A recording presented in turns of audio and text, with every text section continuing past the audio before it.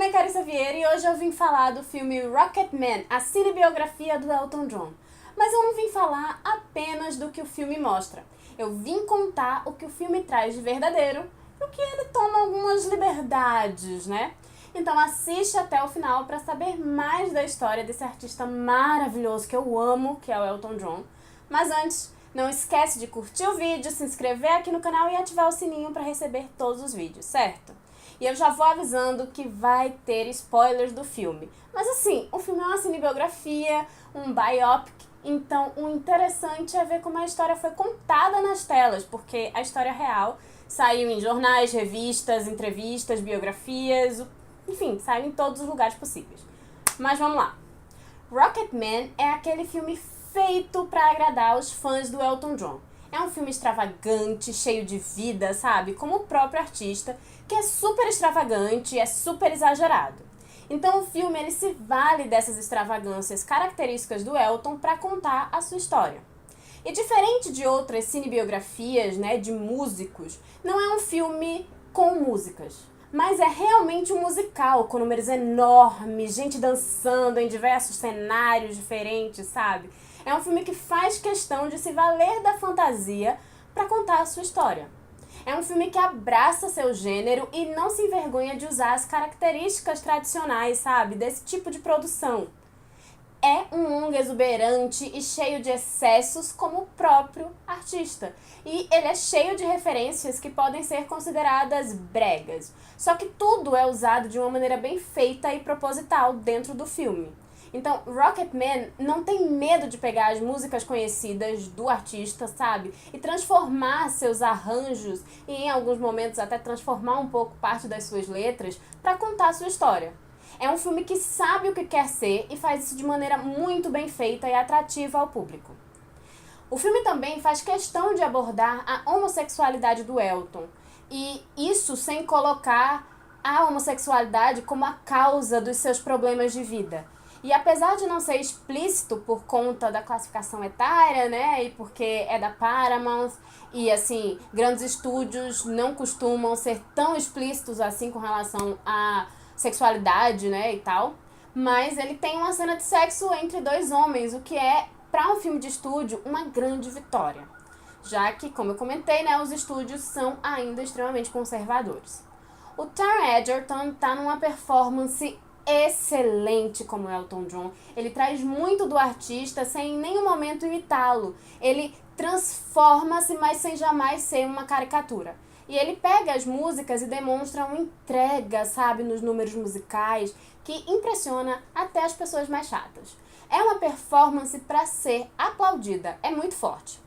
Mas não é só ele que brilha dentro do filme. O elenco de coadjuvantes também tá ótimo e o foco para o Jamie Bell, que assim, é sempre ótimo até quando o filme é ruim. E num filme bom ele fica melhor ainda.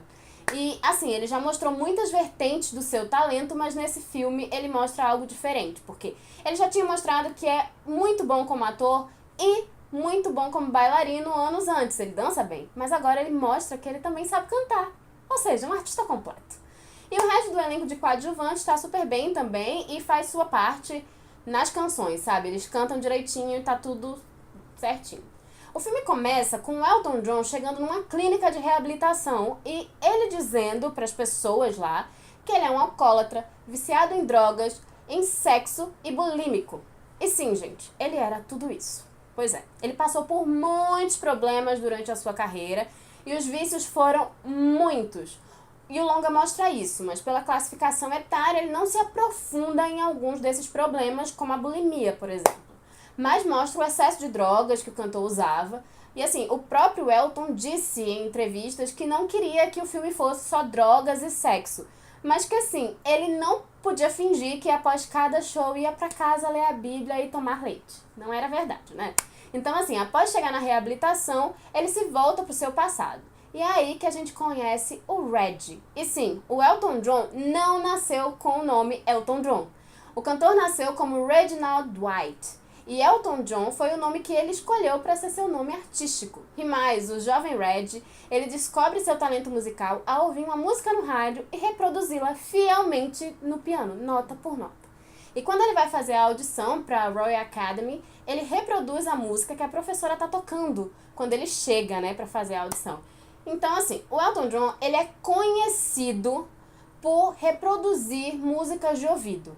Desde criança, ele podia ouvir uma música apenas uma vez e reproduzir nota por nota. E na vida real, ele também conseguiu a bolsa na Royal Academy, tendo aula todos os sábados por 4 anos. Outro ponto que o filme faz questão de mostrar é sua relação, né, problemática com o pai e não exatamente saudável com a mãe. Pelas entrevistas do Elton John, ele descreve que seu pai era um homem duro, difícil e de poucas emoções. Um pai ausente e desapontado, sabe? Que nunca reconheceu nenhum dos esforços que ele fazia. E segundo Elton, ele abandonou a família, se casou de novo e foi um bom pai para os seus filhos mais novos, né? Pelo menos pelo que o Elton John sabia. Mas o irmão, né, o meio-irmão do pai do Elton, ele afirma o contrário. Ele diz que o Elton estava sempre na casa do irmão mais velho, e que ele se divertia bastante. Já a sua mãe, ela sempre foi presente mesmo na sua vida, só que ela jamais aceitou a sua homossexualidade, e depois do casamento dele com o seu marido, David Furnish, que inclusive é produtor do longa, né, e é o pai dos seus filhos, a relação dele com a mãe se tornou bem problemática, ao ponto dela ter morrido sem conhecer os bisnetos, os netos no caso. Outro ponto importante do filme é a amizade entre Elton John e o Bernie Taupin. A parceria começou do jeito que o filme mostra, né, com o Elton recebendo, né, as letras do Bernie e fazendo as melodias. Inclusive, é assim que funciona até hoje. O Bernie escreve as letras, entrega pro Elton e aí o Elton vai lá e musica. Ele faz as músicas. O Elton até chega a cortar uma outra palavra, modificar uma outra palavra, uma frase, mas é do jeito que o filme mostra que as composições funcionam. E assim, eles não discutem, como no filme comentam isso, né? Eles não discutem. Até hoje, eles praticamente nunca discutiram na vida e nunca discutiram sobre música, sobre o trabalho deles. É interessante. A carreira do Elton John, ela foi catapultada, né, do dia pra noite em Los Angeles, como o filme mostra mesmo. Ele realmente fez uma apresentação na casa de shows Troubadour e se tornou uma estrela. Seu relacionamento com o empresário, né, John Reid, também aconteceu. No filme eles se conhecem numa festa após o show do Troubadour e na vida real eles se conheceram na Motown Records Studio. O Elton perdeu a virgindade com ele e eles ficaram juntos por um bom tempo, numa das épocas que o Elton mais abusou das substâncias químicas. O relacionamento foi extremamente conturbado e eles se separaram, e o John continuou sendo o empresário do Elton até 98, quando o Elton começou a desconfiar que assim, ele estava sendo roubado. E minha gente, em 2000 eles passaram por um pesado processo jurídico e assim, eles não se falam até hoje. O filme mostra Elton se envolvendo também com mulheres e inclusive casando com uma. E sim, isso aconteceu. Apesar dele não ter se envolvido com a dona do quarto que ele alugou junto com seu amigo, o Elton chegou a ficar noivo de uma mulher chamada Linda Woodrow em 1969, depois de namorá-la por 2 anos. Mas assim, ele acabou tudo menos de um mês antes do casamento. Nessa época, ele publicamente se assumia bissexual e ele realmente se casou, né, com a engenheira de som Renate Blauel. Assim, se pronuncia desse jeito, eu não sei, desculpa aí, mas é isso, com essa mulher aí. Mas eles se divorciaram em 1988, 4 anos depois do casamento. O Elton diz que nessa época ele sabia que ela era gay, mas ele achou ela atraente, que achou também que ela ia salvá-lo de tudo que estava errado na sua vida. E que ele se arrepende muito do que ele fez com ela, porque assim, ela merecia alguém que realmente a amasse da maneira que, enfim, que ela esperava que ela seria amada.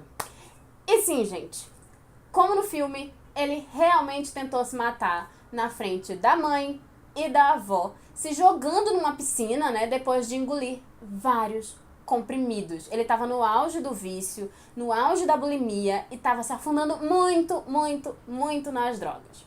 O Rocketman toma algumas liberdades, sabe? Ele modifica alguns personagens, algumas coisas, alguns detalhes, mas em geral ele é muito fiel à história do Elton John. E mais do que isso, ele é um ótimo musical que sabe o que é e foca em tirar o melhor do seu estilo. E assim, contar a melhor história do cantor e compositor com eficiência e competência. E assim, a trilha é maravilhosa. As releituras das músicas são ótimas e assim, pra quem é fã do Elton John, ó, maravilhoso. Então corre pra assistir o filme, sendo ou não fã dele, e não deixa de curtir esse vídeo, se inscrever aqui no canal, me seguir no Twitter e no Instagram, porque quando eu termino de assistir um filme, eu já vou logo comentar nesses lugares. E é isso, comenta aí embaixo se você já viu o filme, se não viu, se tá ansioso, não tá, e tchau!